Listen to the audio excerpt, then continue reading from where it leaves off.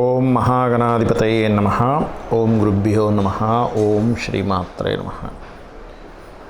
పరమేశ్వర స్వరూపమైనటువంటి జ్యోతిష, వాస్తు మరియు ఇతర అనేకమైనటువంటి శాస్త్రములను మనకు అందించినటువంటి మహర్షులకి నమస్కారం. హయగ్రీవ హయగ్రీవ హయగ్రీవేతి యో వదేత్తస్స నిస్సరతే వాణి జహ్నుకన్యా ప్రవాహవత్. అరుణాం కరుణాతరంగితాక్షీం ధృతపాశాంకుశపుష్పబాణచాపాం అనిమాదిభిరావృతాం మయూకైః అహమిత్యేవ విభావయే భవానీం. శ్రీమాత్రే నమః. ప్రేక్షకులకి ఆ లలితాంబిక అమ్మవారి యొక్క అనుగ్రహం పరిపూర్ణంగా కలగాలని మనస్ఫూర్తిగా కోరుకుంటూ మనం ఈరోజు చెప్పుకోబోయేటువంటి టాపిక్ సెప్టెంబర్ మాసంలో రాశి ఫలితాలు ఏ విధంగా ఉన్నాయి. ముఖ్యంగా లగ్నం నుంచి చూసుకోండి, చంద్రుడున్న రాశి కంటే కూడా అది ఇంకా ఎక్కువగా పనిచేస్తూ ఉంటుంది. అయితే ఇక్కడ గ్రహస్థితి ఏ విధంగా ఉంది అని చెప్పి చూసుకున్నట్లయితే మేజర్ ప్లానెట్స్ అయినటువంటి శని కుంభంలో వక్రించున్నాడు, వృషభంలో గురువు, రాహు ఏమో మీనంలోని, కన్యలో కేతు ఉంటాడు. ఇవి మాత్రం ఎక్కడా కూడా మనకి అంత తొందరగా మారవు. మిగతా గ్రహాలు కనుక చూసుకున్నట్లయితే కుజుడు మిథున రాశిలోని, అదేవిధంగా చంద్రుడు కర్కాటకంలో ప్రారంభమై మరలా మిథునం వరకు తన యొక్క సంచారం జరుగుతుంది. అందులో చంద్రుడితో పాటు బుధుడు కూడా కర్కాటకంలో ఉన్నాడు. కాకపోతే బుధుడు 5వ తేదీకి సింహంలోకి మారి మరలా 23వ తేదీకి ఇందులోకి మారుతున్నాడు, కన్యారాశిలోకి మారుతున్నాడు. అదేవిధంగా సింహరాశిలో రవి, శుక్రుడు కన్యారాశిలో నీచబడి ఉన్నాడు. ఆయన దాదాపుగా 19వ తేదీ వరకు ఉంటాడు. మరియు అదేవిధంగా ఈ కన్యారాశిలో శుక్రుడు 19వ తేదీ వరకు నీచబడినటువంటి సమయంలో పర్టికులర్గా ఏంటంటే నీచ స్థానంలో ఉండేటువంటి రిజల్ట్స్ కూడా నేను మీకు ప్రత్యేకంగా చెప్తాను. అందరూ అంటే జాతచక్రం ఉన్న వాళ్ళు లేని వాళ్ళు కూడా ఏం పాటించాలనేటువంటిది. సో అందుకని మీరు వీడియో ఎండింగ్ వరకు చూడండి. చేసేటువంటి వర్క్లో కొంతవరకు స్ట్రెస్ అనేటువంటిది వస్తూ ఉంటుంది. అయితే మీకు ఈ స్ట్రెస్ తగ్గాలంటే ఎక్కువగా ఆంజనేయ స్వామి యొక్క ఆరాధన ఎక్కువగా చేయండి, సుబ్రహ్మణ్య స్వామి ఆరాధన చేయండి.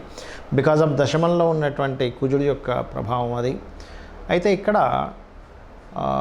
భూములకు సంబంధించిన విషయంలో మాత్రం బాగుంటుంది. అంటే అట్లాగా భూమి మూలంగా ధనం రావడం, రియల్ ఎస్టేట్ రంగాల వారికి కానీ, లేనట్లయితే మన రైతులకు కానీ, ఈ కన్యా లగ్నం ఆ కన్యా రాశి వరకు కొంతవరకు యోగ్యవంతంగా ఉంటుందని చెప్పుకోవాలి.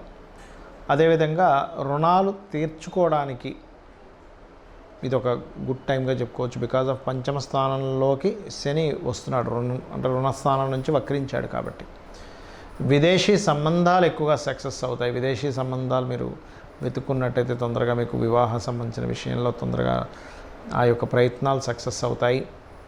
అదేవిధంగా భాగ్యస్థానంలో గురువు ఉంటూ మీకు శుక్రక్షేత్రంలో ఉన్నాడు ప్రధానంగా. అయితే ఈ లగ్నంలో ఎప్పుడైతే మీకు కన్యా లగ్నం వారికి శుక్రుడు కేతువు కలిసి ఉన్నారో, ఈ కలిసి ఉన్న దాని మీద గురు దృష్టి అనేటువంటిది ఏంటంటే మీకు చాలా మట్టుకు ప్రభావం అనేటువంటిది తగ్గుతుంది. ఎటువంటి ప్రభావం అది అంటే ఈ ఫైనాన్స్ మ్యాటర్స్ విషయంలో అది ఏదైతే ఉందో ఈ శుక్రుడి నీచ స్థానాన్ని అది కొంతవరకు బ్యాలెన్స్ చేస్తూ ఉంటుంది. అయితే 12వ స్థానంలో ఉన్నటువంటి రవి మాత్రం బంగారం మీద మరియు మీరు రాజకీయ సంబంధించినటువంటి విషయాలు, ఇటువంటి విషయాల్లో అనుకూలమైనటువంటి వాతావరణాన్ని ఇస్తూ ఉంటుంది. కాకపోతే ఈ పంచమంలోకి వస్తున్న శని యొక్క ప్రభావం కూడా ఉంది. కాబట్టి కాస్త శని భగవానుడి దగ్గర దీపారాధన చేయండి, మీకు అన్ని విధాలా బాగుండడం జరుగుతుంది.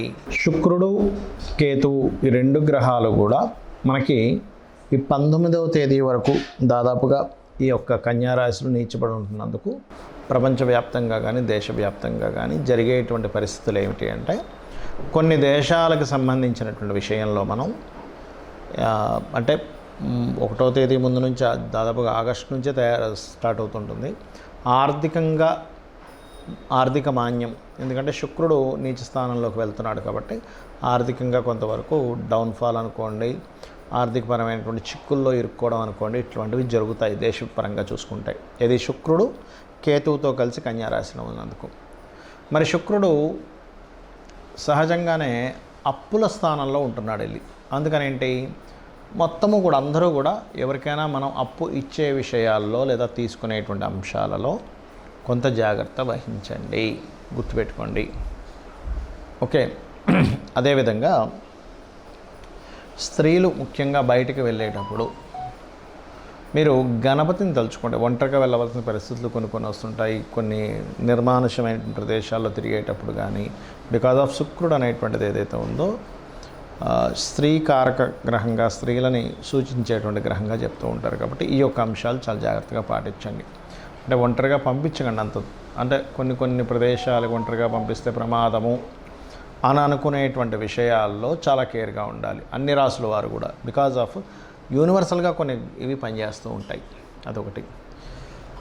అదేవిధంగా అందరికీ కూడా ఈ మాసంలో 17వ తేదీ వరకు రవి ఓన్ హౌస్లో ఉంటున్నాడు. కాబట్టి ఆరోగ్యానికి సంబంధించినవి ఎవరైతే పాటిస్తుంటారో అందులో ముఖ్యంగా ఈ ఆగస్ట్ 16వ తేదీ నుంచి సెప్టెంబర్ 17వ తేదీ వరకు ఉన్నటువంటి కాంబినేషన్ ఏదైతే ఉందో టైం అంతా కూడా మీరు ఆరోగ్యం గురించి పాటించేటువంటివి ఏవైతే నిర్ణయాలు తీసుకుంటారో అవి ఖచ్చితంగా మీకు ఇంప్లిమెంట్ అవ్వడం వల్ల మీ ఆరోగ్యం కుదురుపడుతుంది. అంటే అనారోగ్య సమస్యల నుంచి బయటపడము. యూనివర్సల్గా ఏదైనా ఒక ప్లానెట్ పలానా ప్లేస్లో ఉన్నప్పుడు యూనివర్సల్గా అందరికీ పనిచేస్తుంది కాంబినేషన్ అనేది, ఒక రాశి వారికి ఒక లగ్నం వారికి అని కాకుండా. ఈ శుక్రుడికి, నీచబడ్డ శుక్రుడికి గురువు యొక్క బలం కొంతుంది. దీనివల్ల ఏమిటంటే ఉపాసనలు చేసేవారికి మరియు ఏదైనా దీక్షలు తీసుకునేటువంటి వారికి కూడా కొంతవరకు ఇది సపోర్టివ్గా ఉంటుందని చెప్పుకోవచ్చు. మరి ఎంతసేపు మనం ఈ గోచార ఫలితాలైనా మన జన్మజాతక ఫలితాలు కూడా ఉంటాయి అంటే ఖచ్చితంగా మన జన్మజాతక ఫలితాలే చూసుకోవాలి. ఎందుకంటే మీరు ఏదైతే పూర్వజన్మలో చేసిన కర్మ ఏదైతే ఉందో అది బ్యాడ్ కర్మ కావచ్చు, గుడ్ కర్మ కావచ్చు, తెలిసో తెలియకో చేసింది కావచ్చు, అది పర్టికులర్గా 12 భాగాలుగా విడిపోతుంది. మీ యొక్క లైఫ్లో మీ యొక్క స్థితిగతులు ఏమిటి అనేది మీ లగ్నం బట్టి తెలుస్తుంది. కష్టపడి బ్రతుకుతాడా లైఫ్ అంతా కూడా, లేనట్లయితే ఒక ఏజ్ వరకే ఎలా ఉంటుందా, దాని తర్వాత బాగుంటుందా, అది అన్ని విషయాల్లోని, నాట్ ఓన్లీ మీ పర్సనల్ విషయం అనే కాకుండా మీకు ధనం సంపాదించే విషయం కానివ్వండి, మీ కుటుంబ సభ్యుల విషయంలో కానివ్వండి, మీ యొక్క సిబ్లింగ్స్తో ఉండేటువంటి అంశాలు కానివ్వండి, మరియు అదేవిధంగా మీ యొక్క ఆస్తికి సంబంధించిన విషయాలు కానివ్వండి, అంటే ప్రాపర్టీ ఎప్పుడు కొనాలి. జ్యోతిష్శాస్త్రం ఎప్పుడు కూడా ఏం చెప్తుందంటే మీకు రూట్ చూపిస్తుంది. ఆ రూట్లో వెళ్ళేటప్పుడు మీకు లైఫ్లో ఎటువంటివి సంఘటనలు ఎదురవుతాయో చెప్తుంది. ఆ సంఘటనల్ని ఏ రకంగా మీరు ఎదుర్కోవాలి, ఎటువంటి నిర్ణయాలు తీసుకోవాలి, ఎటువంటి నిర్ణయాలు తీసుకోకూడదని చెప్తుంది. అంటే ఏదో ఒక రూట్ చూపించడం కాకుండా ప్రతి అంశంలోని మీకు ఎక్కడ టర్నింగ్ వస్తుంది. మనం చూడండి, ఒక దగ్గరికి వెళ్తుంటాము, ఇక్కడ మీకు టర్న్ ఉంది, ఇక్కడ మీకు స్లోప్ ఉంది, ఇక్కడ మీకు స్పీడ్ బ్రేకర్స్ ఉన్నాయని తెలుస్తున్నప్పుడు మనం జాగ్రత్తగా వెళ్తుంటాం. ఆ రకంగా ఏంటంటే జ్యోతిష్యం అనేటువంటిది వెలుగుని చూపించేది. మరి చాలామంది అంటారు ఏమండి మనం కర్మలో ఉన్నట్టుగా జరుగుతుందని. అది కూడా కొంతవరకు కరెక్ట్. ఎప్పుడు బలీయమైన కర్మ అంటారు. అంటే ఇంక తప్పదు అన్నప్పుడు పర్టికులర్గా ఆ కర్మ తీర్చుకోవడానికి భూమి మీదకి వచ్చినప్పుడు దాని ప్రభావం ఉంటుంది. కానీ మిగతాదంతా కూడా ఆ యొక్క కర్మని తొలగించుకునేటువంటిది కూడా ఉంటుంది. తొలగించుకునేది లేకపోతే ఆ శ్రీకృష్ణ పరమాత్మ తన యొక్క కుమారుడైనటువంటి అతనికి చర్మవ్యాధి, శాపవశాత్తు చర్మవ్యాధి వచ్చినప్పుడు నువ్వు నీ కర్మను తగ్గించుకో అన్నప్పుడు అతను సూర్య నమస్కారాలు లేకపోతే సూర్యుడికి సంబంధించిన ఆలయాలు కట్టో 7 సంవత్సరాల పాటు దానికి సంబంధించిన చేసి ఎలా తగ్గించుకున్నాడు, నా కర్మ ఇంతే అని ఎందుకు వదిలేయలేదు అనేటువంటిది మనం ఒకసారి ఆలోచించుకోవాలి. దశరథ మహారాజుకు కూడా సంతానం లేనప్పుడు మరి సంతానం లేదని అనుకున్నాడు, లేకపోతే పుత్రకామేష్టి యాగం చేసి సంతానాన్ని పొందాడా.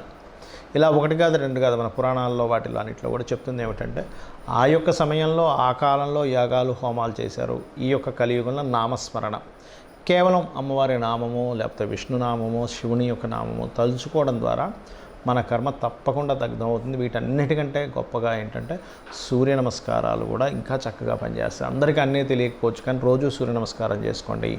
ఖచ్చితంగా మీరు ఏదైతే ఇబ్బంది పడుతున్నారో, ఉద్యోగమనో, వ్యాపారమనో, వివాహమనో, ఇవన్నీ కూడా మీ కర్మ దగ్ధం అవ్వడం ద్వారా మీరు అనుకున్న గోల్ మీరు రీచ్ అవ్వగలుగుతారు. శ్రీమాత్రే నమః.